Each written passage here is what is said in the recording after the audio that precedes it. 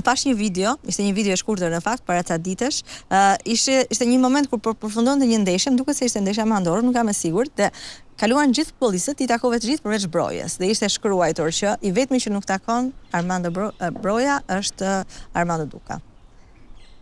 Jo, shiko.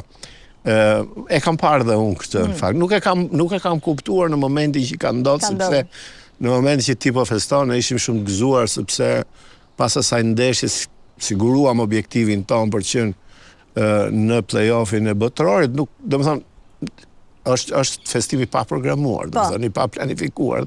Broja ishte I mërzitur me veten e vet, nuk ishte I kënaqur me atë që dha fushën e Norvegjës. Megjithëse unë nuk është se kam njëtin mendim që ka ai, nuk është se nuk dha maksimumin e tij, po ai e ndihmoi skuadrën. Po ta shohësh në mënyrë profesionale gjën, e ndihmoi goxha skuadrën në minutat që ishte fushë. Kështu që duke qenë I mërzitur me veten e vet, nuk është se kishte me mua. Unë tash kam raporte shumë të mira me të gjithë.